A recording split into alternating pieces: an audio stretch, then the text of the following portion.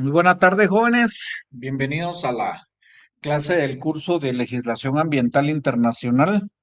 Nos encontramos en la semana, nos encontramos en la semana 11, en fecha correspondiente al 25 de abril del año 2026. Saludos, Félix, Bernardo. No, no, perdón, Fernando. Félix, Fernando. Bienvenido a la clase. Buena tarde. Muy bien, jóvenes, nos encontramos entonces en esta transmisión específicamente para los estudiantes del plan sábado. Nos corresponde ver el día de hoy lo que es el convenio para la conservación de la biodiversidad y protección de las áreas silvestres prioritarias en América Central.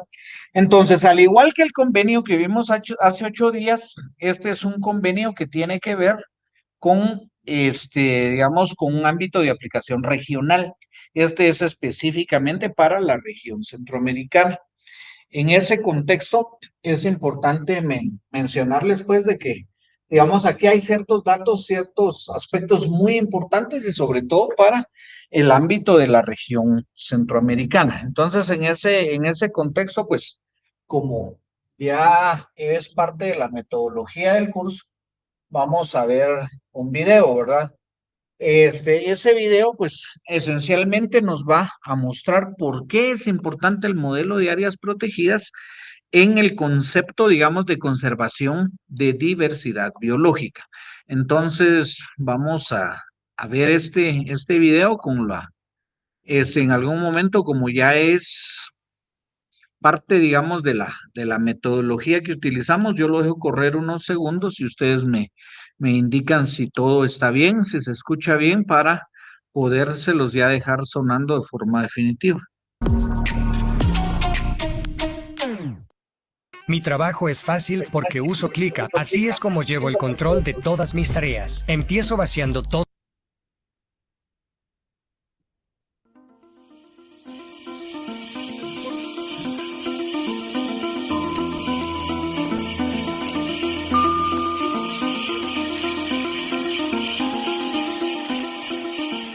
La región de Mesoamérica, de la cual Guatemala forma parte, posee una diversidad de vida.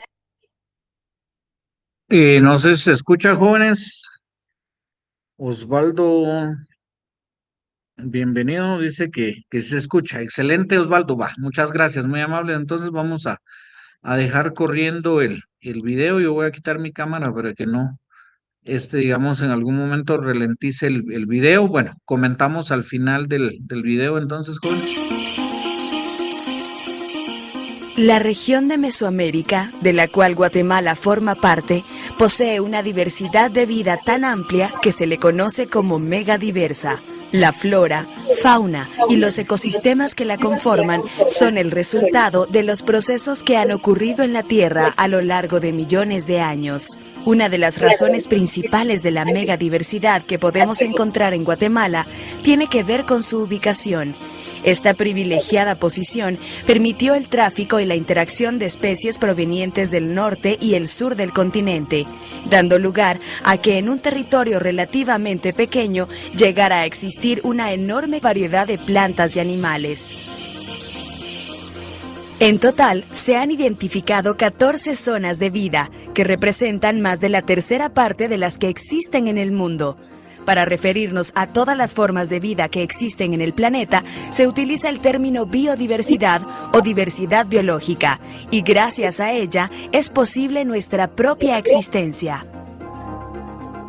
Guatemala está ubicado en el centro de dos mundos, digamos, que antes estaban separados. Uno es América del Norte, otro es América del Sur.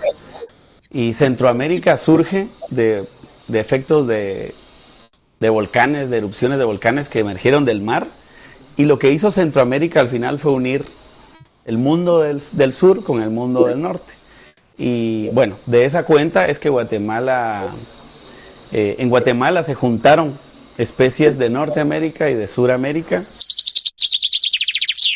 Y también por la presencia de montañas, de valles, de zonas muy lluviosas y otras zonas bastante secas, montañosas, planas, eso crea una complejidad de hábitats que favorecen la diversidad.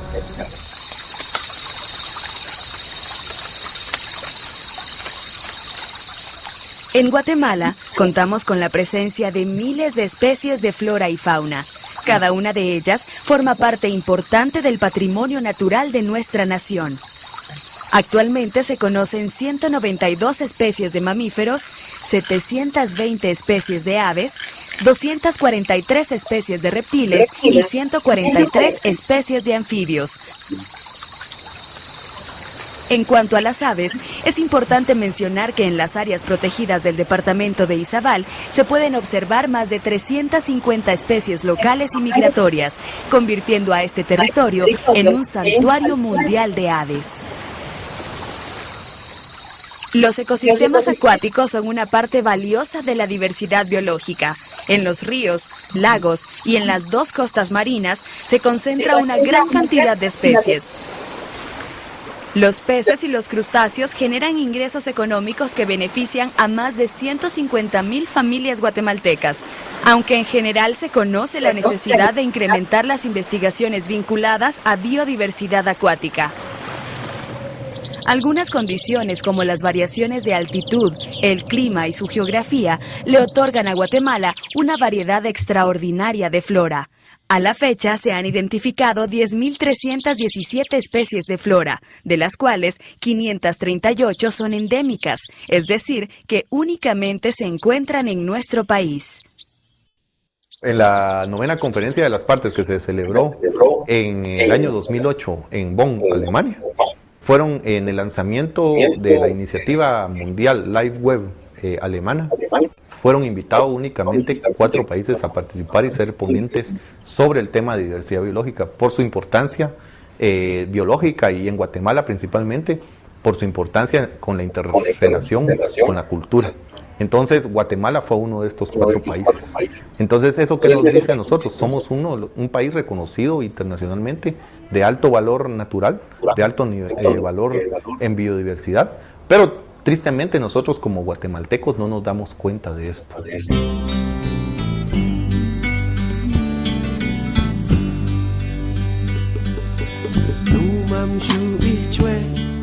Muchas de las especies que existen en Guatemala no existen en ningún otro país del mundo. Como ejemplo, podemos mencionar gran cantidad de las orquídeas que habitan en los bosques nubosos, aves como el pavo de cacho que se encuentra en los conos volcánicos y el pinabete, que se puede observar en los bosques del occidente.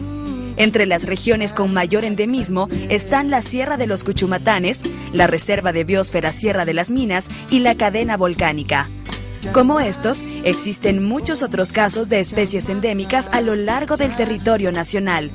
Lamentablemente, un buen porcentaje de la flora y fauna de Guatemala se encuentra en la lista de especies amenazadas del CONAP, así como en la lista CITES a nivel mundial. Por ello, es necesario conservar las áreas protegidas y otras de interés especial con el fin de manejar y aprovechar de forma adecuada la diversidad biológica.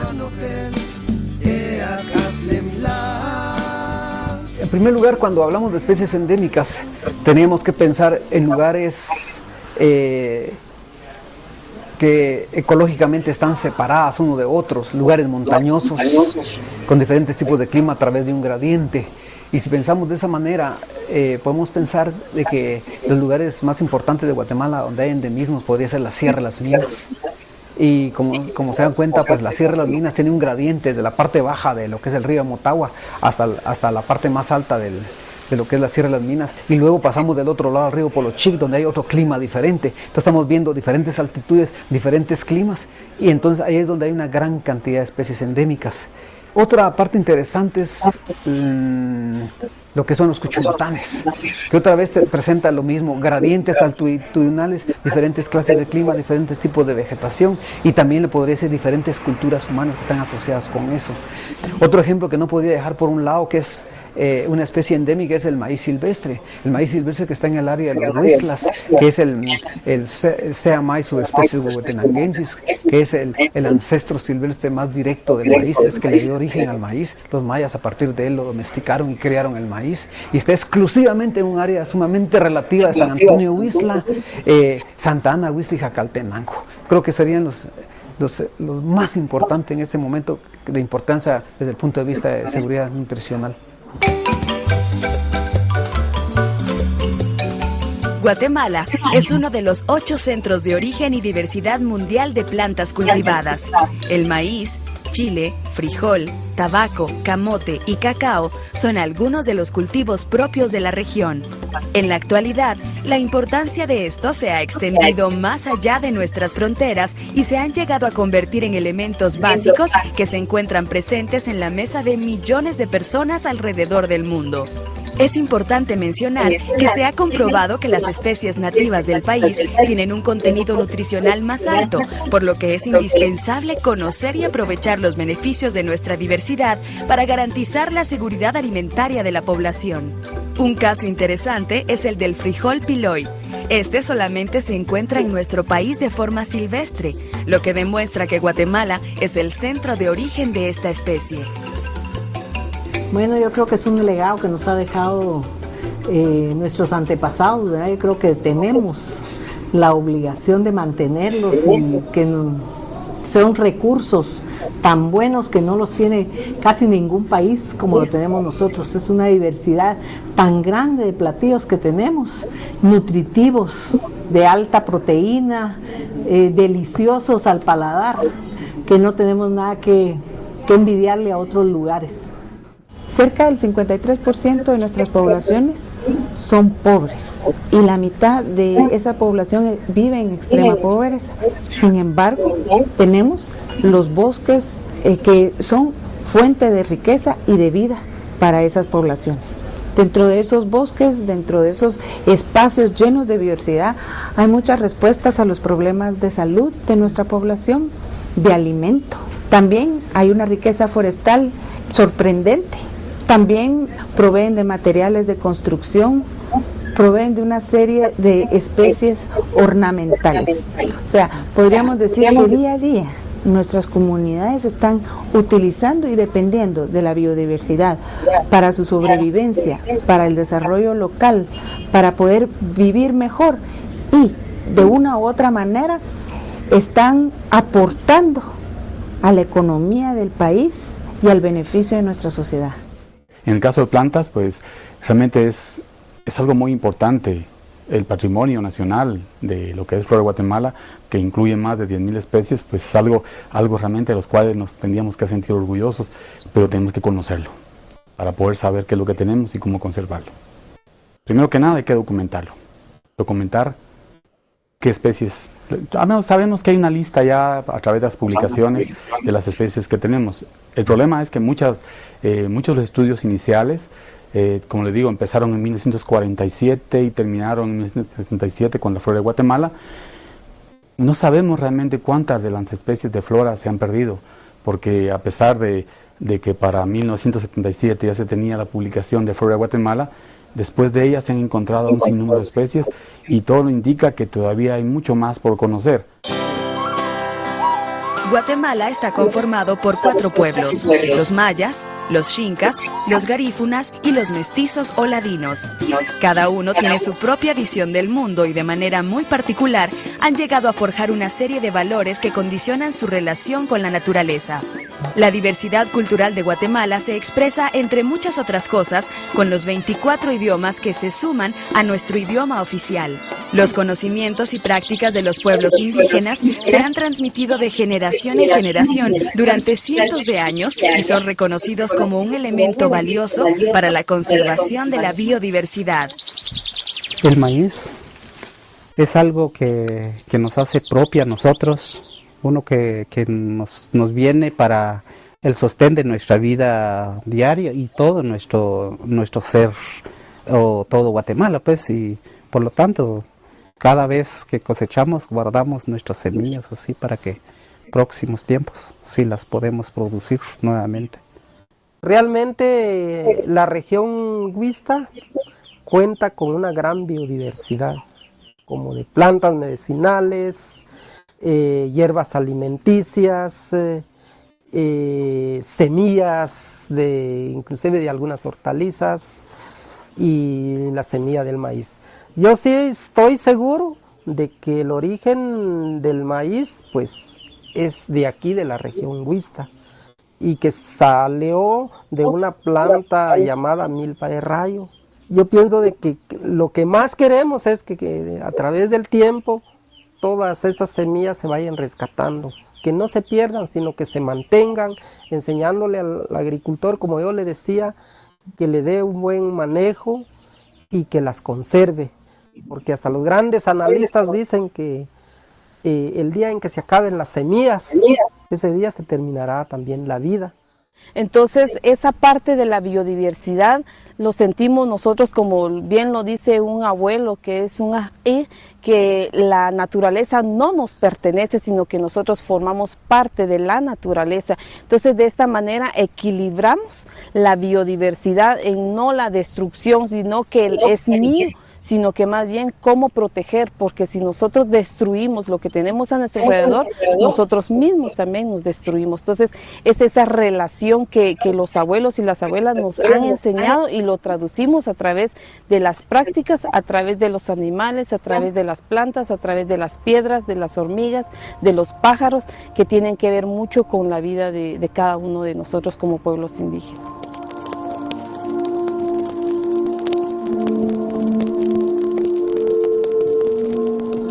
Desde hace varias décadas, la diversidad biológica del país se ha visto amenazada. Los ecosistemas y las especies de flora y fauna han sido afectados por incendios forestales, cacería ilegal, deforestación, narcoactividad, el avance de la frontera agropecuaria y la contaminación. Estos problemas impiden el aprovechamiento adecuado y la conservación de nuestra diversidad biológica. Especies como el jaguar, la guacamaya roja, el tapir y el manatí se encuentran en grave peligro de extinción. La monja blanca y otras especies de orquídeas también están en la misma situación por el saqueo y la destrucción de su hábitat. A esto se debe sumar otra grave amenaza, el cambio climático. Esto ya nos ha afectado desde hace años atrás, porque si nos damos cuenta, nuestras cosechas este año la mayoría se perdió, no tenemos pastos para alimentar nuestro ganado, nuestros cultivos de maíz y frijol, fueron pocas las parcelas que lograron producir, y aparte de eso, en nuestro municipio que ha tenido áreas cálidas, este año ha afectado más el calor, pues. Los ecosistemas funcionan como la tela de araña, ¿verdad? Si uno viene y le corta una parte de la tela de araña, se descompensa, ¿verdad? Ya no está rígida para atrapar a los insectos. Y así son los ecosistemas. Nosotros venimos y eliminamos una especie y estamos causando daños tremendos. Un ejemplo, tal vez a mí me gusta dar ejemplos con lepantes guatemalensis y lepantes tactiquense. Pude notar y describir en 2001, en mi primer libro, que eran polinizadas por unos pequeños insectos, unas pequeñas moscas, que eran las mismas moscas que polinizan el cacao, atraídos por los aceites esenciales que sueltan estas flores, y estos los usan ellos, se los frotan en el cuerpo para atraer a sus hembras. Si desaparece esta orquídea, los machos ya no van a tener tanto aceite, o simplemente no tienen aceite, entonces las tasas de fecundación del cacao bajarían o desaparecerían, ¿verdad? Entonces hay un impacto ahí directo y con una especie totalmente ajena al cacao. Así es de delicada la extinción, ¿verdad? En el mes de febrero del año 89 se sancionó la Ley de Áreas Protegidas, la cual reconoce que la diversidad biológica es una parte esencial del patrimonio natural de los guatemaltecos. Uno de los principios fundamentales establecidos en esta ley es la creación del Sistema Guatemalteco de Áreas Protegidas, SIGAP. En este sentido, y con el objetivo de buscar el aprovechamiento racional y la conservación de la biodiversidad, se han declarado más de 270 áreas protegidas que ocupan más del 32% del territorio nacional, además de promover la conservación de la biodiversidad fuera de áreas protegidas. Entre las múltiples acciones que el CONAP ha llevado a cabo, es preciso mencionar que varios proyectos se han realizado después de establecer alianzas importantes. El apoyo de instituciones y cooperantes internacionales ha sido fundamental para Guatemala. Sí, la cooperación internacional ha sido un brazo importante para nuestra institución, debido de que financieramente nuestro país como que todavía no logra financiar todas las actividades de conservación de la diversidad biológica. En sus inicios al CONAP, el gobierno de Estados Unidos fue un donante importante, principalmente para el área norte del país, que es la Reserva de Biosfera Maya, y para poder implementar una buena parte del trabajo en Guatemala. También el gobierno alemán aportó mucho para trabajar el sur de Petén y conservar toda esa diversidad biológica por medio del proyecto de desarrollo sostenible de Petén, en la parte sur.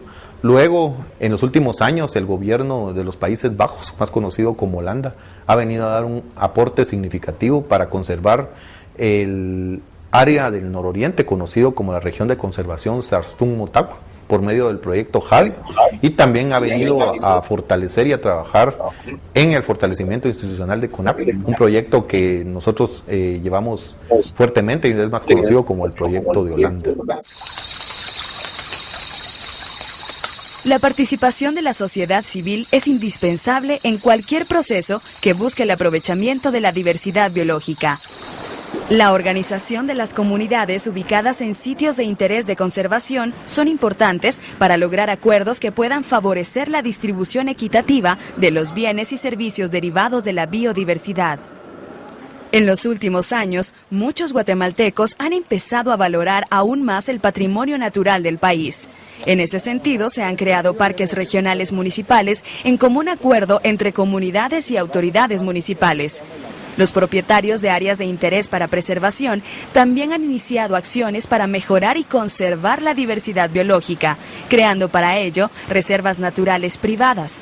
Estas se encuentran en la categoría más numerosa de áreas protegidas registradas en el Sistema Guatemalteco de Áreas Protegidas. La cultura creada en nuestro país está hecha de esa manera, de que piensan de que la responsabilidad es únicamente de las autoridades, en este caso alcaldes, gobierno central. Yo concluiría, de acuerdo a su pregunta, de que no solo los alcaldes ni los gobiernos centrales viven de la naturaleza, todos vivimos de la naturaleza. Yo diría de que no se puede hacer conservación si la sociedad civil no apoya, porque solo el gobierno no puede. Tiene que haber una conciencia en toda la población de la riqueza que tiene este país, tanto natural como su biodiversidad como arqueológica, y solo juntos trabajando hacia el rescate, hacia la protección, se podrá tener éxito, si no, no.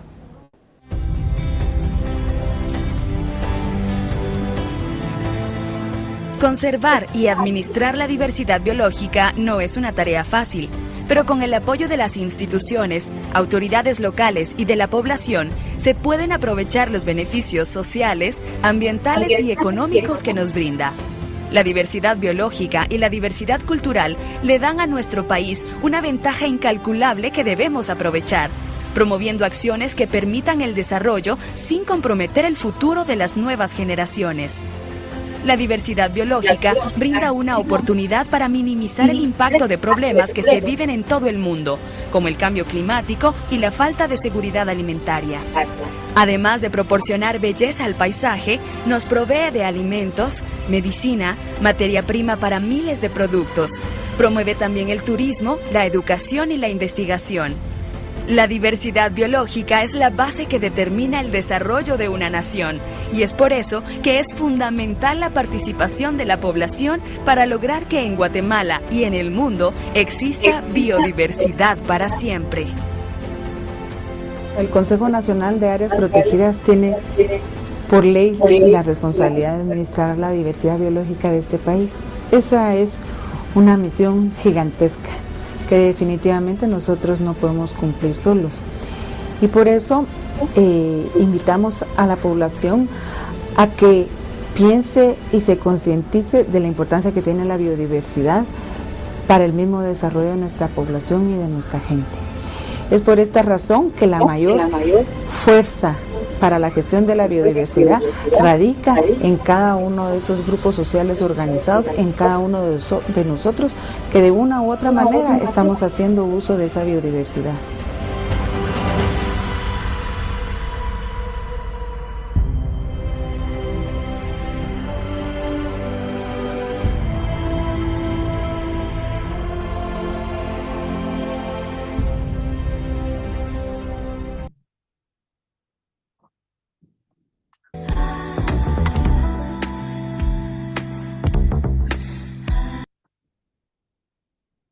Bueno, si ustedes se dan cuenta, jóvenes, en este video, realmente la abundancia en torno a la biodiversidad en Guatemala es una de las riquezas más grandes que como sociedad tenemos. Y bueno, para los que llevan el curso de botánica sistemática, creo yo que este video también complementó mucho de lo que hemos venido hablando en la clase en torno a especies endémicas y ese tipo de situaciones, ¿verdad? Este, este video realmente nos deja entrever por qué, y algo que no mencionó el video ahí, o creo que sí, no estoy muy seguro, es el tema de la importancia que tiene Guatemala al ser considerado uno de los países en el mundo megadiversos. Si ustedes se dan cuenta, el 75% de las zonas de vida que hay en todo el mundo están presentes en Guatemala. 75% en un territorio realmente pequeño, porque uno dice en territorios grandes como Rusia, China, Estados Unidos, Canadá, todas estas grandes extensiones de tierra, pues entre más grande, pues obviamente la probabilidad a que hayan, digamos, mayor diversidad de climas y de zonas de vida, pues uno cree que es mayor, pero no necesariamente. Esto está más asociado a temas de la ubicación en torno a la latitud donde se ubican los estados, ¿verdad? Donde se ubican los países. Entonces, de esa cuenta vemos que digamos, que hay una gran riqueza, ¿verdad? Dice Félix, así como la orquídea nacional monja blanca, deberíamos de tener autorización de tenerla en nuestros jardines. De esta forma aumentaría su producción, lamentablemente está prohibida. Bueno, fíjese Félix, de que, bueno, sí hay ciertas situaciones que hay que considerar en torno a la legalidad de digamos, de la monja blanca. Lo que pasa es de que la monja blanca tiene, por así decirlo, una doble restricción. La restricción tiene que ver, uno, por ser una orquídea, digamos, en peligro de extinción. Entonces, la monja blanca como tal, entonces sí, digamos, es una especie que no se puede comercializar, digamos, de forma libre. O sea, sí se puede comercializar porque sí se puede, pero no es nada más de que voy a recolectar al campo y me pongo a venderlas. O sea, no funciona así. La orquídea esta, la monja blanca como tal, bueno, decimos que tiene una doble restricción. Una por ser símbolo nacional y dos por ser una orquídea que tiene en algún momento, pues, peligro de extinción. Sin embargo, sí se puede, digamos, tener en los jardines. O sea, sí se puede, digamos, que usted la tenga en su casa. Lo único es de que usted tiene en determinado momento que adquirirla a través, digamos, de una granja de reproducción autorizada por el CONAP. Entonces, digamos, no sé de dónde es usted, Félix, pero digamos, todas estas granjas de reproducción y principalmente todo el tema de las orquídeas, digamos, tiene mucha incidencia o tiene mucha presencia en el área de las verapaces, principalmente alta verapaz, por el tema de las condiciones del clima. Las orquídeas esencialmente se desarrollan en climas altamente húmedas y como lo hablamos en algún momento, sobre todo en la clase de botánica, cuando hablábamos de hábitos de las plantas, esencialmente son plantas de hábitos, digamos, epífitos. Son plantas epífitas que en algún momento necesitan de otra para poderse, digamos, bueno, no reproducir, sino que para poder vivir como tal, ¿verdad? O sea, crecen en los troncos de otro tipo de árboles. Entonces, no es tan fácil tener orquídeas, digamos, pero en algún momento sí se pueden tener. Lo único es de que tienen que ser en una, como le decía, de una granja de reproducción autorizada por el CONAP. Creo que hay varios reproductores de orquídeas en el área de las Verapaces y en algún momento, pues, una vez el origen de la especie sea lícito, ¿verdad? Que se demuestre que no fue extraída de medio natural, sino que se reprodujo en esa granja de reproducción como tal, y usted sí la podría tener. Pues, por supuesto que va a ser complicado, que va a ser un poco caro, pero sí, yo de hecho tengo un amigo en Chimaltenango que tiene colección de orquídeas, y dentro de su colección de orquídeas tiene monja blanca, ¿verdad? Entonces, sí es posible, como usted dice, tiene restricciones legales, pero hay, digamos, también formas legales de cómo poderlas adquirir. Entonces, aterrizando, digamos, en lo que es el Convenio para la Conservación de la Biodiversidad y Protección de Áreas Silvestres Protegidas de América Central, entonces vemos la parte considerativa a nivel del preámbulo que dice lo siguiente.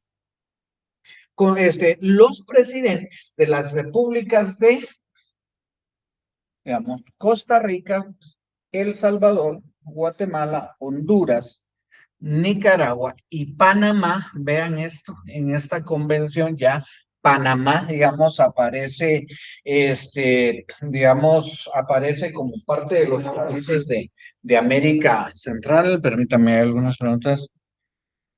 En la ciudad, área fría, bueno, sí, me imagino que usted es de la capital, Félix. Bueno, en la capital creo yo que sí hay condiciones como para poder tener, digamos, orquídeas, como le comento, este amigo en Chimaltenango. Chimaltenango es un poco más frío que la capital. Entonces sí tiene, digamos, en algún momento, colección y se le han dado, ¿verdad? O sea, lo que requieren las orquídeas es mucho cuidado con el tema del agua, ¿verdad? O sea, la presencia de agua, la presencia de humedad, no pueden tener sol directo y una serie de situaciones que de pronto sí se pudieran tener, ¿verdad? Entonces, bueno, dicen los presidentes de la República, Costa Rica, El Salvador, Honduras, Guatemala, Honduras, Nicaragua y Panamá. Panamá ya aparece, digamos, como el sexto estado que integra digamos, que integra la región de Centroamérica. Y bueno, plantean en el preámbulo, conscientes de la necesidad de establecer mecanismos regionales de integración económica, o sea, estamos hablando aquí de aspectos económicos y de cooperación para la utilización racional del medio ambiente, del medio ambiente del Istmo, en razón de la íntima interdependencia de nuestros países. O sea, nuestros países centroamericanos tienen una alta interdependencia, dependen unos de los otros en términos comerciales, en términos ambientales. Vean ustedes el conflicto que hay ahorita entre Guatemala y Honduras por este río, el Motagua, si no estoy mal, que está altamente contaminado en Guatemala y va a desembocar hacia costas hondureñas, y está generando un impacto bastante negativo en las áreas turísticas de Honduras, ¿verdad? Entonces son situaciones que demuestran la interdependencia y cómo lo que se hace bien o lo que se hace mal en algún país, pues obviamente va a afectar a otro. en la región centroamericana. Vemos también, digamos, deseosos, o sea, ¿cuál es la intención? El deseo, proteger y conservar las regiones naturales de interés estético, valor histórico e importancia científica, que representan ecosistemas únicos. Y aquí es donde entra uno de los aspectos más importantes, que son ecosistemas únicos en el ámbito mundial, de importancia regional y mundial, y que tengan el potencial de brindar opciones de desarrollo sustentable para nuestras sociedades. Ojo con eso. Porque si bien es cierto, hablamos de que es importante proteger la biodiversidad y uno de los aspectos que buscamos, que se buscan con todas estas normas es, digamos, conservar los recursos, que no se agoten, que no se extingan, pero también se tiene conciencia y en algún momento se permite que se puedan en algún momento brindar opciones de desarrollo sustentable para nuestras sociedades. O sea, la biodiversidad también puede ser un medio para en algún momento generar desarrollo económico. Dice Hedler que sí es necesario una política agresiva, eficaz y efectiva para la promoción, fomento y conservación de la biodiversidad en todo el país. Sí, definitivamente es muy acertado su comentario. Yo realmente, les soy honesto, en materia ambiental esperaba más de este gobierno. Creo que ha hecho cambios, que ha hecho cosas significativas, pero a nivel del CONAP yo sí realmente esperaba más de este gobierno. Esperaba un enfoque, digamos, justo como dice Herbert, el compañero, una situación más agresiva y más efectiva en cuanto a la protección de los ecosistemas. Creo que el nombramiento del secretario ejecutivo del CONAP es una persona que yo en lo personal conozco un poco de esta persona y, bueno, también esperaba más de él, ¿verdad? Porque es una persona, es el ingeniero Igor de la Roca, que tiene años de venir trabajando en el contexto de áreas protegidas desde lo que es la figura de los coadministradores, defensores de la naturaleza, pero creo yo que sí hace falta, definitivamente hace falta. Y el CONAP sigue siendo al día de hoy una de las instituciones más débiles que hay en el país. Increíblemente, más del 30% del territorio nacional está declarado como área protegida.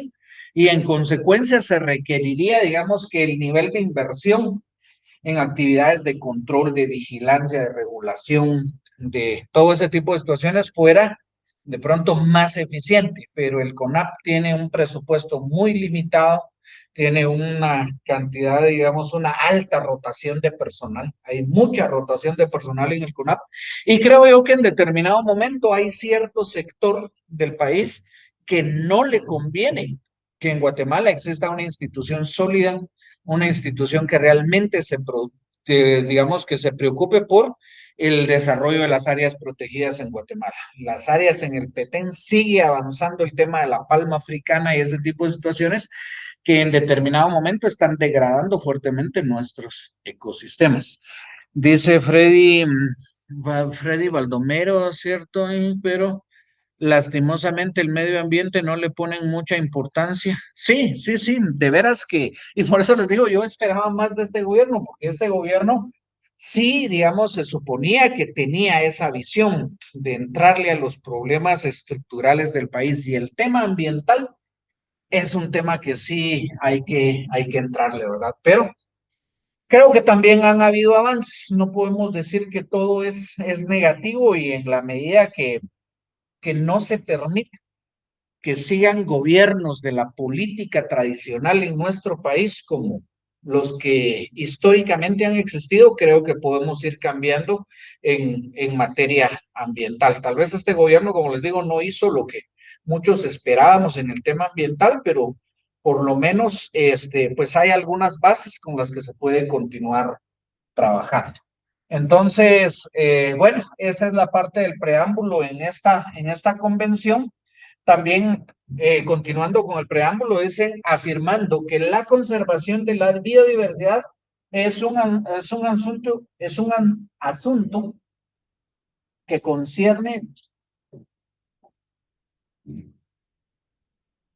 a todas las personas y estados.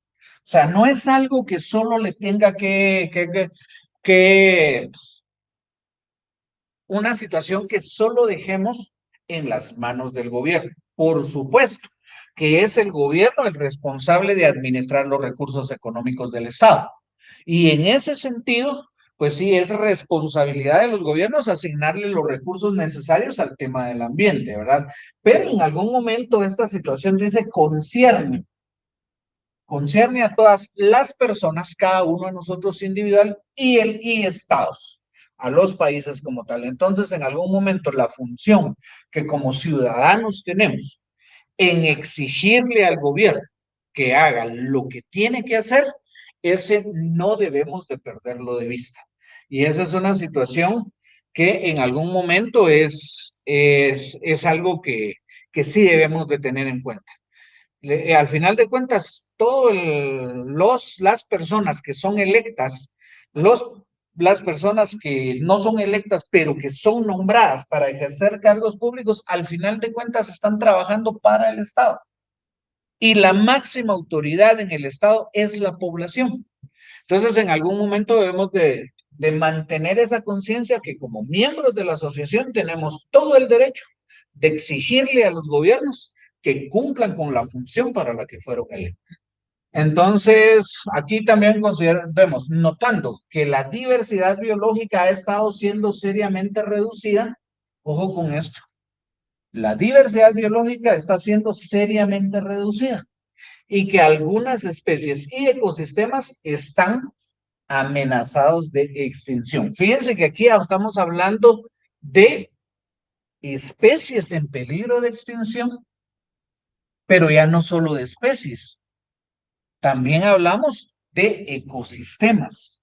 El ecosistema como tal se está dañando y los ecosistemas en buena medida, producto de las intervenciones, producto del cambio climático, entonces ya no es solo la especie la que está desapareciendo, el ecosistema también se está deteriorando. Y el ecosistema ya no tiene, digamos, la capacidad de albergar a las formas de vida que forman la diversidad biológica. Por otra parte, vemos enfatizando que la conservación de los hábitats naturales y el mantenimiento de poblaciones de especies de flora y fauna debe realizarse tanto in situ como ex situ.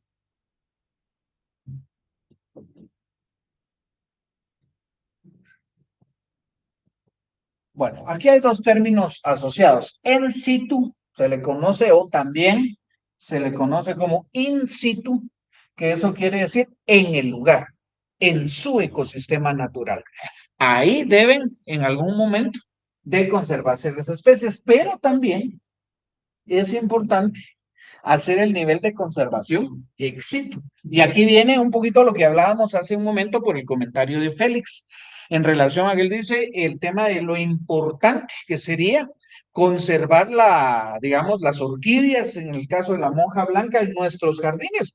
A eso se le conoce como conservación ex situ. Fíjense que de un tiempo para acá ha habido cierto sector de la sociedad, o sea, ciertos grupos de personas ecologistas que en algún momento se oponen a la existencia de zoológicos. Los zoológicos en términos jurídicos en Guatemala, el término correcto es colección privada de vida silvestre. Ese es en algún momento colección privada de fauna silvestre, porque hablar de vida silvestre es muy amplio. Vida incluye flora y fauna y los zoológicos esencialmente son colecciones privadas de fauna silvestre.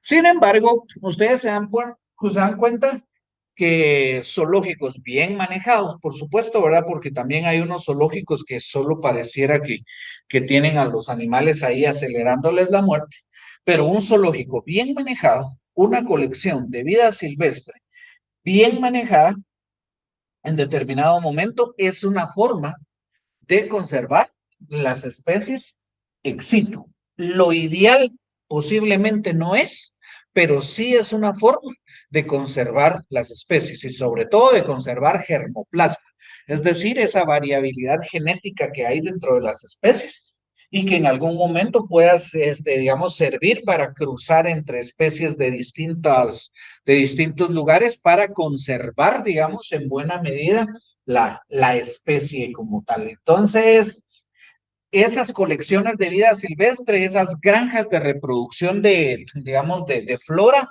también cumplen un papel muy importante en la conservación de las especies. No hay que verlas solo como algo negativo, sino como algo que tiene un rol también de importancia en la sociedad. Conscientes que la relación existente entre conservación y desarrollo sustentable y reafirmando su decisión de enfrentar con acciones enérgicas justamente lo que decía Freddy hace un momento. Deben ser campañas agresivas, situaciones que realmente marquen una pauta de cómo se debiera manejar la situación ambiental. Desafortunadamente, el hablar de conservación ambiental en Guatemala es realmente todavía complicado. Todavía entramos en choque con ciertos sectores que vienen haciendo prácticas ambientalmente nefastas para el país y se jactan de que, digamos, de hacer eso. En el ámbito de la producción agrícola, por ejemplo, veamos la producción de azúcar en Guatemala. La producción de azúcar en Guatemala es uno de los principales, digamos, de las principales fuentes de ingresos a nivel de la industria azucarera. Pero la industria azucarera en Guatemala todavía utiliza prácticas muy arcaicas, como por ejemplo la quema de la caña. Si ustedes se dan cuenta, los cañales cuando han llegado a su estado de maduración y tienen toda la hoja, digamos, todas las hojas, para evitarse el trabajo de tener que quitar las hojas caña por caña, lo que hacen es incendiar los cañales. Yo no sé si alguno de ustedes ha tenido la oportunidad de circular por la carretera o vivir en alguna comunidad donde en determinado momento cerca de ahí ocurra las famosas quemas de la caña de azúcar, pero miren, son situaciones que realmente dan miedo. Es ver a qué longitud, agarrando fuego, que uno siente, se sale del control un incendio de esa naturaleza y puede acabar poblaciones enteras. ¿Verdad? O sea, situaciones que en algún momento hay que considerar, pero pues dejemos eso, el riesgo, digamos, a incendio a comunidades cercanas. Pensemos la cantidad de dióxido de carbono que se está generando, gases de efecto invernadero, que ahí se están generando, emisiones contaminantes que se está generando. Bueno, la industria azucarera se mofa de ser una de las mejores en el país, sí, mejores, pero todavía con prácticas ambientales realmente malas, ¿verdad? O sea, prácticas que tienen muchos años que en países verdaderamente desarrollados ya no se utilizan, ¿verdad? Entonces, aquí es importante considerar una situación, y aquí estamos hablando de conservación. Y aquí tenemos que hacer una diferencia entre lo que es conservación y preservación. Conservación es un concepto que está ligado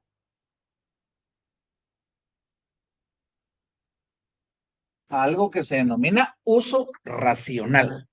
Utilizar las cosas de forma racional, utilizarlas sin ponerlas en riesgo. A eso se refiere el término conservación, en tanto que el término preservación implica no tocar. O sea, prácticamente estamos hablando de cuando estamos preservando un recurso es porque definitivamente a ese sí no hay que tocarlo como tal. En tanto que cuando estamos hablando de conservación de recursos, sí los podemos utilizar, pero de forma sustentable, es decir, sin poner en riesgo su existencia en el planeta. Entonces, la conservación como tal nos está hablando de conservación. Y hace un momento hablábamos de que estos recursos de biodiversidad también pueden ser utilizados como medios para poder sacar adelante al país, ¿verdad? O para poder sacar adelante a las comunidades. Pero también habla de preservación, ¿verdad? Dice desarrollo sustentable y reafirmando su decisión de enfrentar con acciones enérgicas la preservación, rescate, restauración y utilización racional de nuestros ecosistemas. O sea, la convención nos habla de las dos cosas, de conservación y de preservación. Creo que hay que entender cuándo debemos aplicar un enfoque de conservación y cuándo un enfoque de preservación. Por ejemplo, ahorita hablamos de aquellas especies que ya están prácticamente extintas, ahí vamos a hablar esencialmente de preservación, en tanto que aquellas poblaciones que todavía se manejan dentro de ciertos parámetros, entonces ahí hablamos de conservación. La podemos usar bajo ciertos criterios. Bueno, sigue la parte considerativa, pero digamos, vamos entrando ya directamente a la parte dispositiva.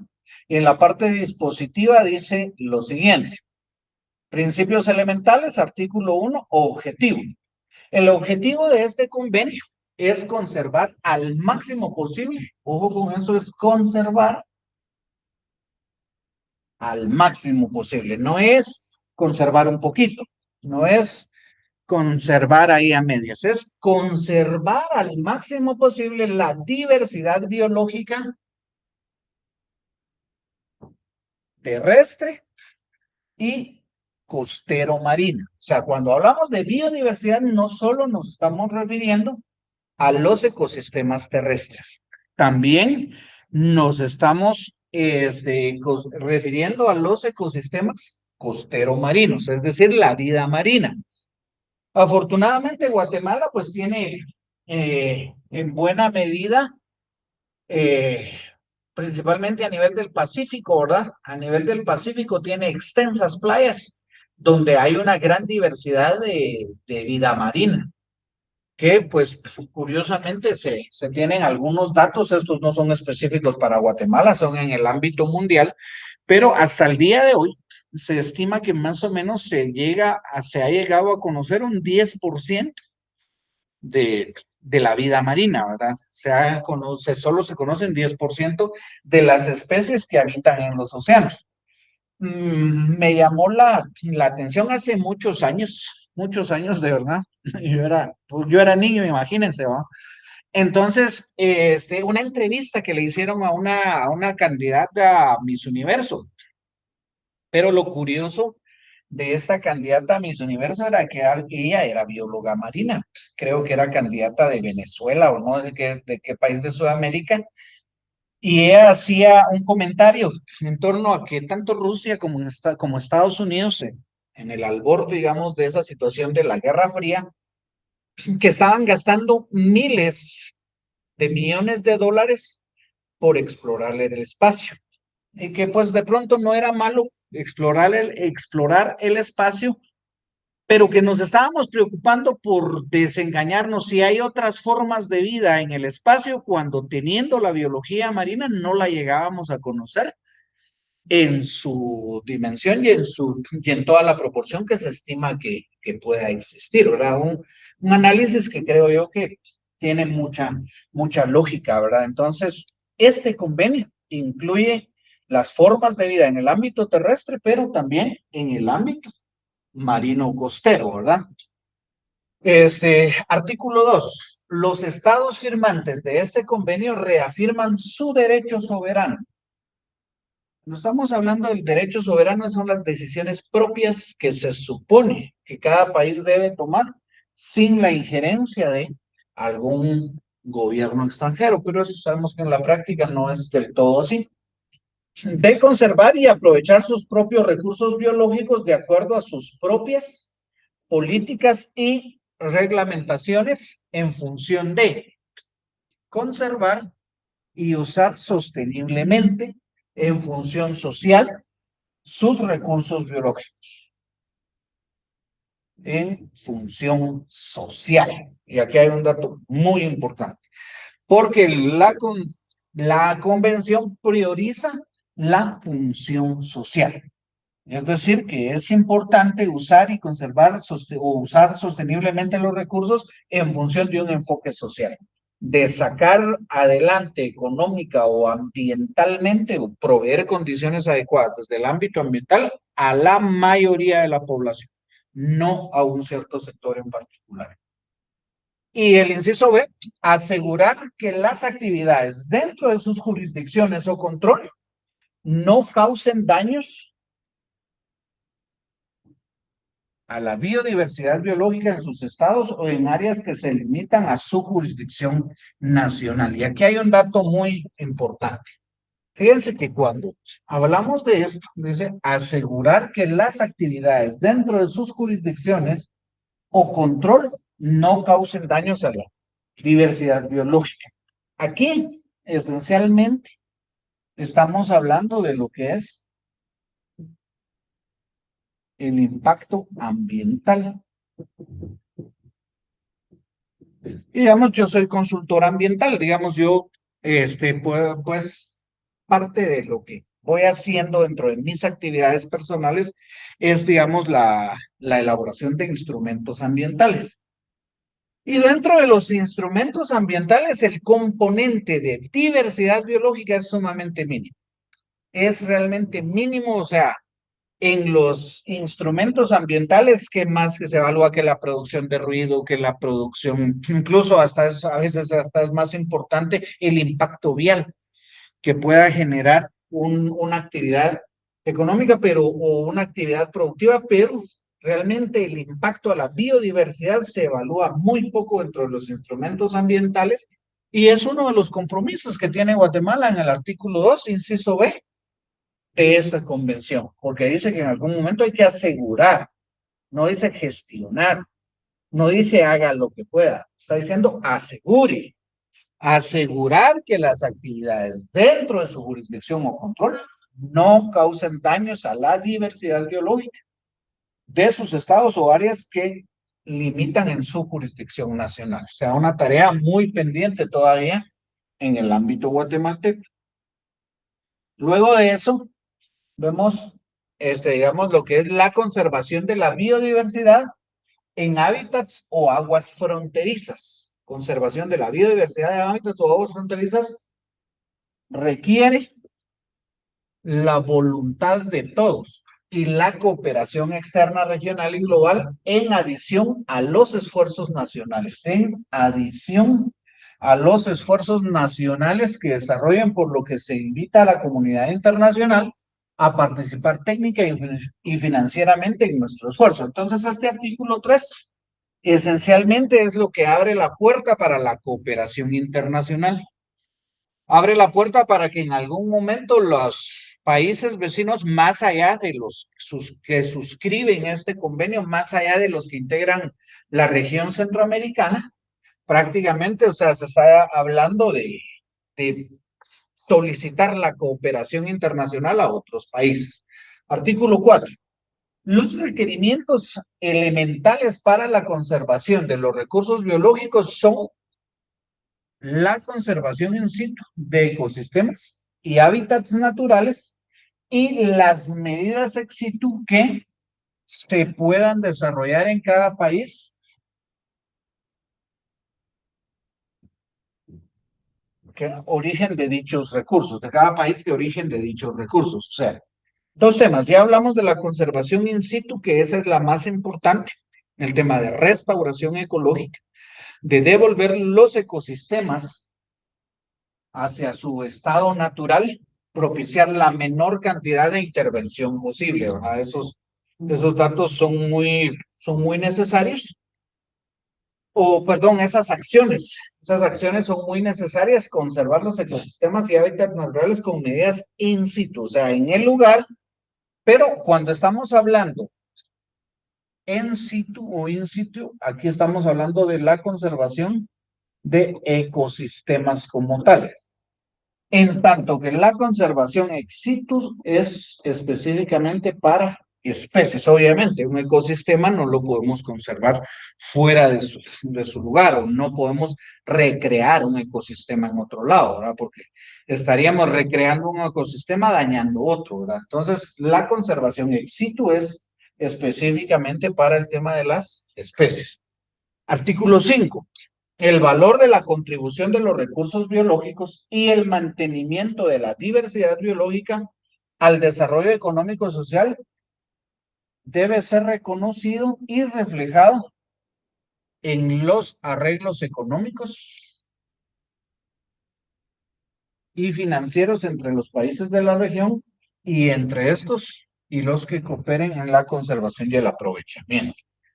Fíjense que, bueno, veamos este artículo en su justa dimensión. Dice, el valor de la contribución de los recursos biológicos y el mantenimiento de la diversidad biológica al desarrollo económico y social debe ser reconocido y reflejado en los arreglos económicos, financieros entre los países de la región y entre estos y otros que cooperen en la conservación de su aprovechamiento. Fíjense que hay muchos países que, digamos, tienen la capacidad, por ejemplo, de realizar acciones más eficientemente que digamos, que otros. Por ejemplo, en el caso de Guatemala, no tiene una industria. Fíjense que lo que estoy diciendo, o sea, industria, no actividad.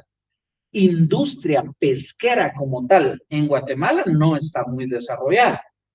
La actividad pesquera, pues me podrán decir, sí, que por ejemplo está, no sé no recuerdo exactamente ahorita las siglas, pero por ejemplo yo en algún momento tuve cierta relación y comunicación con la Asociación de Pescadores del municipio de Champerico, por ejemplo. O sea, ellos están organizados y realizan su actividad pesquera y les puedo asegurar que lo mismo en Escuintla, en Xochitepeques y en un montón de lugares, la actividad pesquera pues se realiza, pero se realiza de forma artesanal. La industria pesquera en Guatemala está muy poco desarrollada. Ahora, ¿qué es lo que sucede? Y eso incluso le costó fuertes críticas a una viceministra de Agricultura en este gobierno. ¿Qué es lo que pasa con los recursos pesqueros de Guatemala? Muchos están concesionados.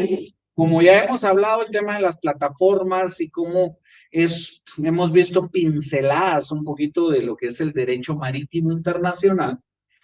Pero es importante tener en cuenta que digamos, mucho el recurso pesquero en Guatemala se concesiona. Eso que les comento de la viceministra guatemalteca, pues por alguna concesión con una empresa panameña les generó ahí una serie de críticas que bueno, no sé si redundaron en la renuncia de la viceministra o algo pasó ahí.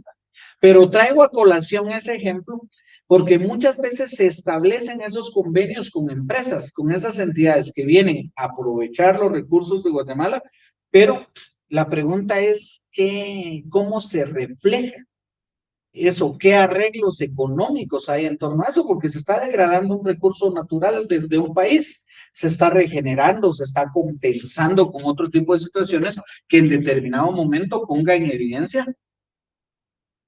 de que sí, en algún momento, pues, hay una retribución del aprovechamiento de esos recursos, ¿verdad? Y no solo me refiero a una retribución en el ámbito económico, me refiero a una retribución que tenga que ver con la regeneración de los recursos ambientales. Artículo 6. Debe estimularse en la región el reconocimiento de la diversidad biológica y el manejo eficiente de las áreas protegidas. Manejo eficiente de las áreas protegidas. El beneficio de la investigación y el desarrollo derivado de los biomateriales o el derivado del manejo de las áreas protegidas debe hacerse disponible a la sociedad en su conjunto. O sea, ¿a qué se refiere esta situación? Se refiere a que, digamos, toda la información, bueno, en principio debe estimularse la generación de conocimiento, debe propiciarse de que hayan investigaciones, de que haya recolección de datos en las áreas protegidas de la región. Y esa recolección de datos y toda esa situación que esté disponible para todos, ¿verdad? O sea, eso lo enmarca específicamente este convenio. Luego, el artículo 7, que el conocimiento, las prácticas, las innovaciones tecnológicas desarrolladas por grupos nativos de la región que contribuyan al uso sostenible de los recursos biológicos y a su conservación deben de ser reconocidos y sobre todo rescatados. O sea, aquí se habla mucho de lo que son o sea, este artículo aplica específicamente a lo que se conoce como conocimientos ancestrales y las tecnologías apropiadas.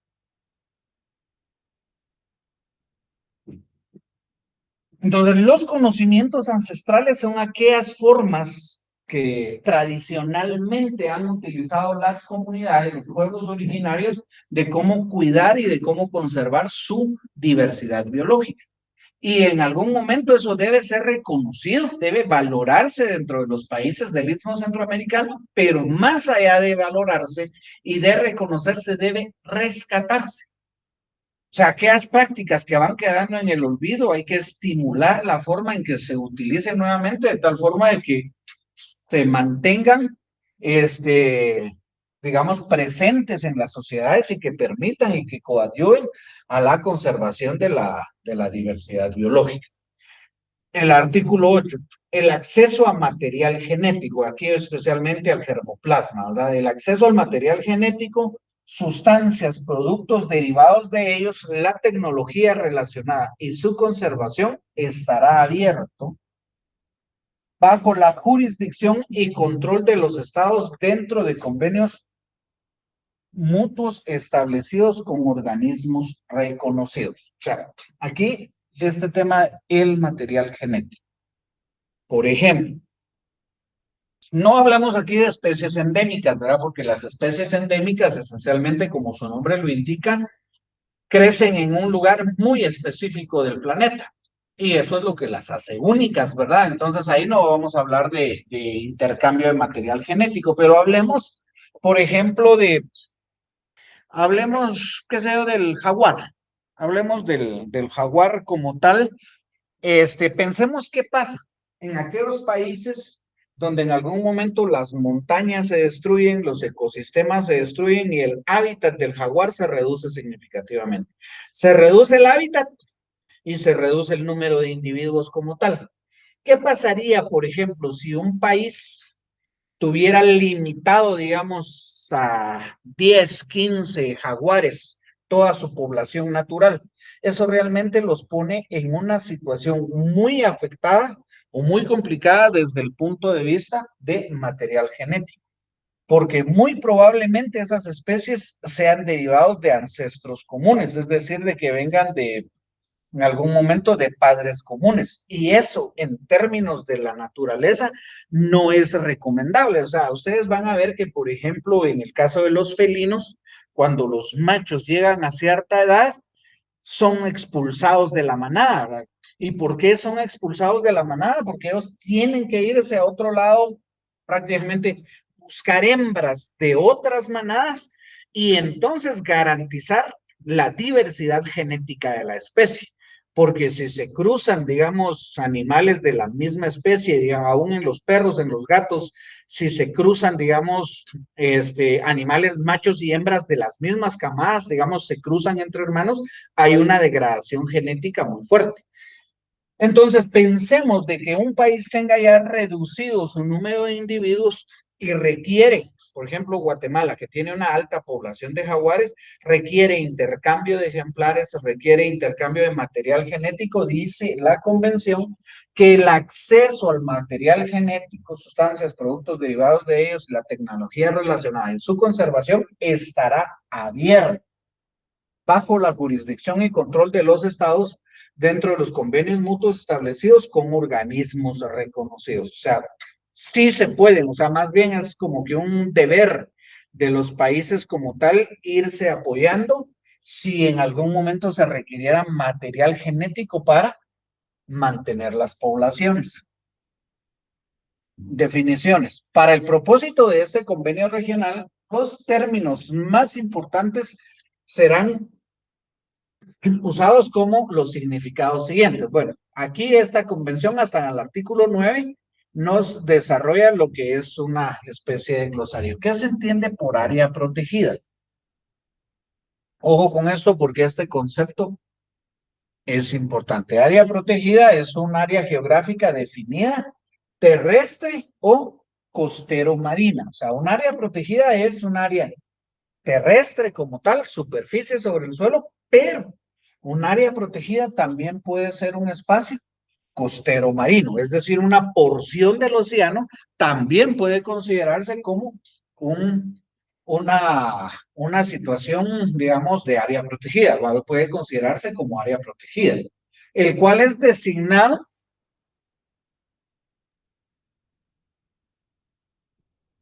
regulada y manejada. Tres aspectos. Designar, es decir, que se debe contar con un instrumento de creación de un área protegida regulada, porque debe tener una normativa interna y manejada, porque debe haber presencia institucional haciendo actividades de conservación en el área. Fíjense que si hiciéramos una similitud con el concepto de área protegida que tenemos en Guatemala, según el decreto 489, en Guatemala esencialmente el área protegida, para ser protegida, necesita en principio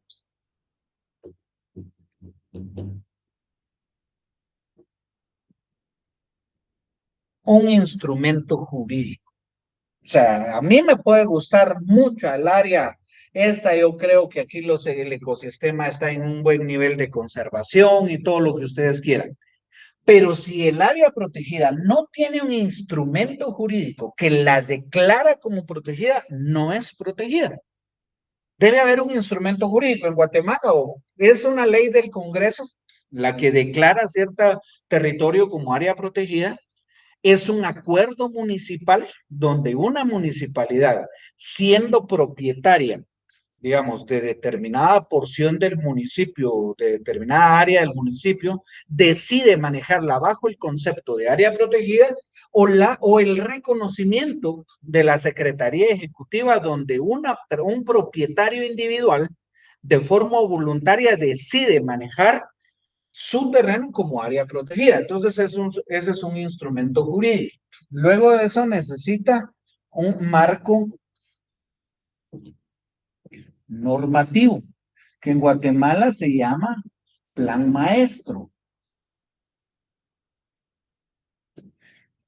El Plan Maestro como tal es el instrumento que va a establecer qué actividades puedo hacer en el área protegida y qué actividades no están permitidas dentro del área protegida.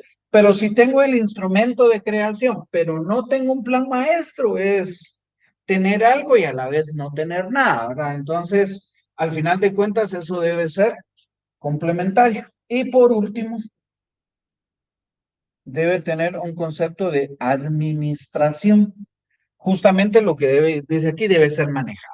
O sea, deben haber acciones, aunque sea control y vigilancia, pero algo debe haber en el área protegida. Muchos creen que área protegida es porque nadie puede entrar, pero no, un área protegida es más allá de eso.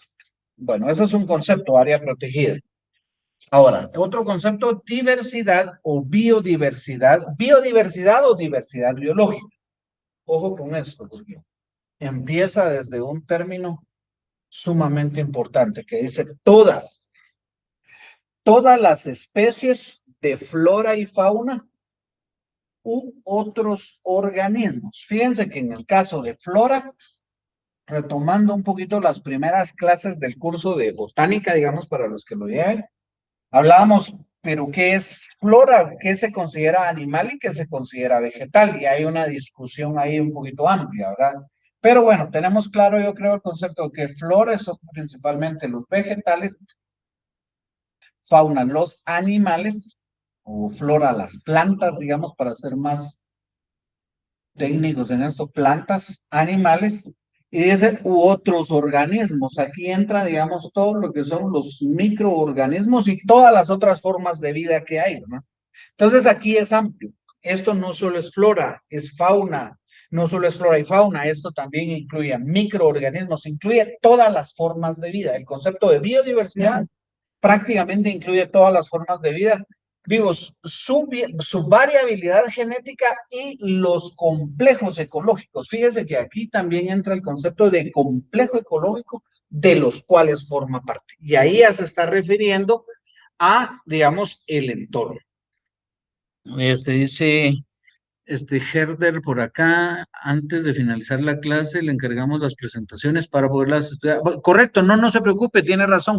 Yo las voy a enviar el día de hoy por la noche.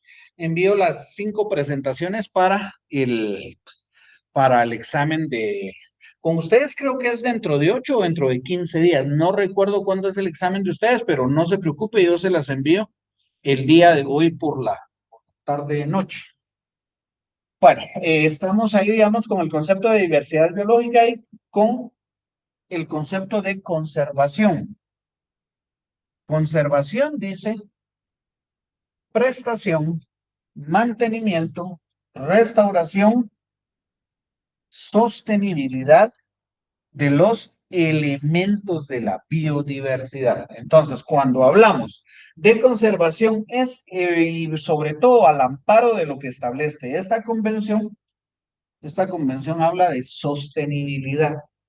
Y si vamos al concepto de desarrollo sostenible, la sostenibilidad, si ustedes creo que, me imagino que este es un esquema que ustedes ya han visto, pero el esquema del desarrollo sostenible esencialmente se grafica en este sentido.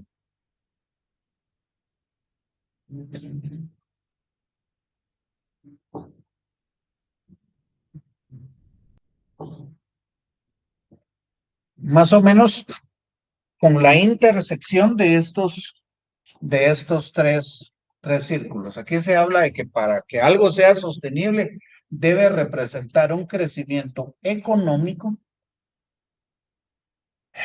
digamos, debe representar un crecimiento económico, debe ser con equidad social y debe ser también con sostenibilidad ambiental.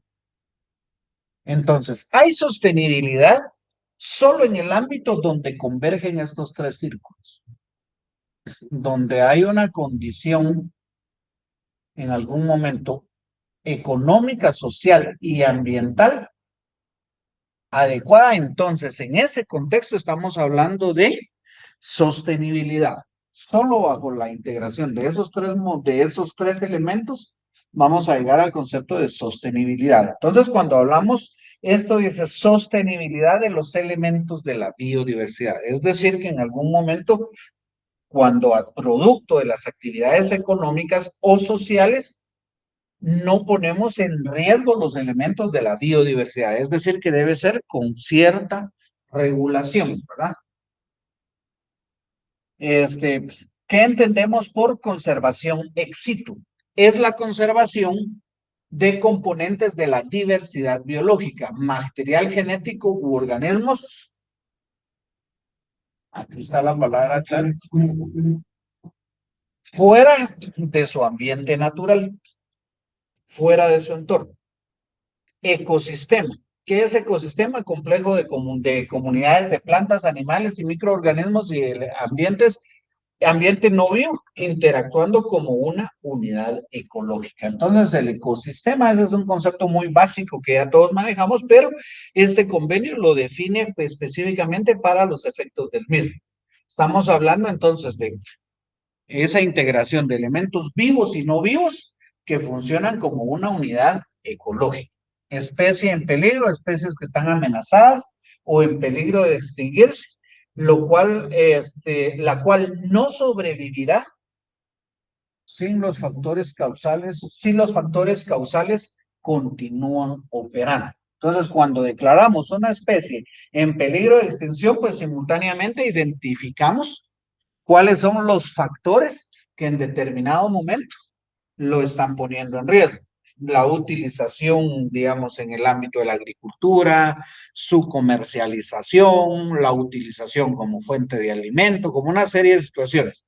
Y por eso dice, está en peligro de extinción si los factores causales continúan operando. Entonces, para conservar una especie o para sacar una especie del umbral de la extinción, esencialmente lo que tenemos es que cambiar son los factores que lo obligan a operar de esa manera. Material genético, cualquier material de plantas, animales o microorganismos u otro origen que contengan unidades funcionales de información hereditaria. Entonces, material genético es todo aquello que tenga unidades funcionales de información hereditaria, lo que se transmite de generación en generación. Hábitat, lugar o sitio donde un organismo o población concurre naturalmente, ¿verdad? O sea, desde el ámbito natural, no adaptado, ¿verdad? Porque las especies también se adaptan. Fuera de su hábitat se adaptan, pero no de forma natural. Obligaciones generales. Artículo 10. Cada Estado miembro en el marco regional se compromete, de acuerdo a sus capacidades, programas nacionales y prioridades, a tomar todas las medidas posibles para asegurar la conservación de la biodiversidad y el uso sostenible, así como el desarrollo de sus componentes dentro de su jurisdicción nacional, y a cooperar en la medida de sus posibilidades en las acciones fronterizas regionales. Y digamos, esta convención, esencialmente lo que abrió la puerta es en determinado momento a permitir esas acciones fronterizas regionales que en determinado momento pudieran mejorar el control y la vigilancia dentro de los países. Hace varios años, cuando yo trabajaba en el CONAP, digamos, tuve la oportunidad de asistir a un congreso mundial de áreas protegidas. Y en ese congreso mundial de áreas protegidas, pues, digamos, países latinoamericanos muy con el enfoque todavía digamos, sí, digamos, de conciencia, de educación, de explicarle a la gente bueno, la importancia de la biodiversidad, la importancia de las áreas protegidas, de esa situación. Y me llamó extremadamente la atención que una de las conclusiones de ese Congreso de Áreas Protegidas fue que la conservación en las áreas protegidas se iba a dar en la medida en que se aumentaran las actividades de control y vigilancia en las áreas protegidas y que incluso a los guardarrecursos o guardaparques, como les llaman en el área de Sudamérica, ellos iban a mejorar su función en la medida que se les dotara de armas, porque un guardarrecursos no está armado. Un guardarrecursos es una persona que hace control y vigilancia en áreas protegidas para detener la extracción ilícita, pero no está armado. Ahora ellos decían, miren, la conclusión a nivel mundial, las áreas protegidas las vamos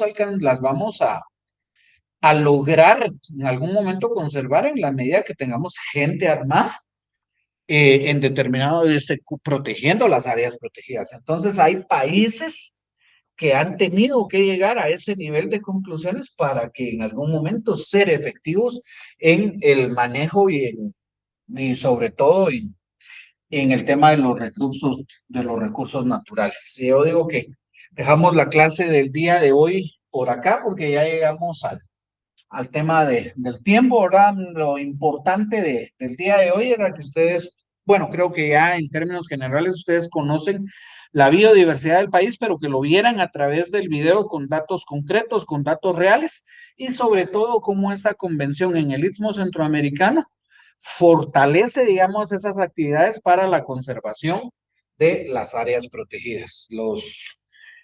Bueno, a los que llevan el curso de diseños experimentales, nos vemos a las 7 de la noche, ahora 7:30, y pues los que no nos vemos en la siguiente clase, no estoy seguro si es la próxima o la otra, pero nos estamos viendo, jóvenes, y hoy en la noche les envío las presentaciones. Buen descanso y nos vemos en la próxima clase.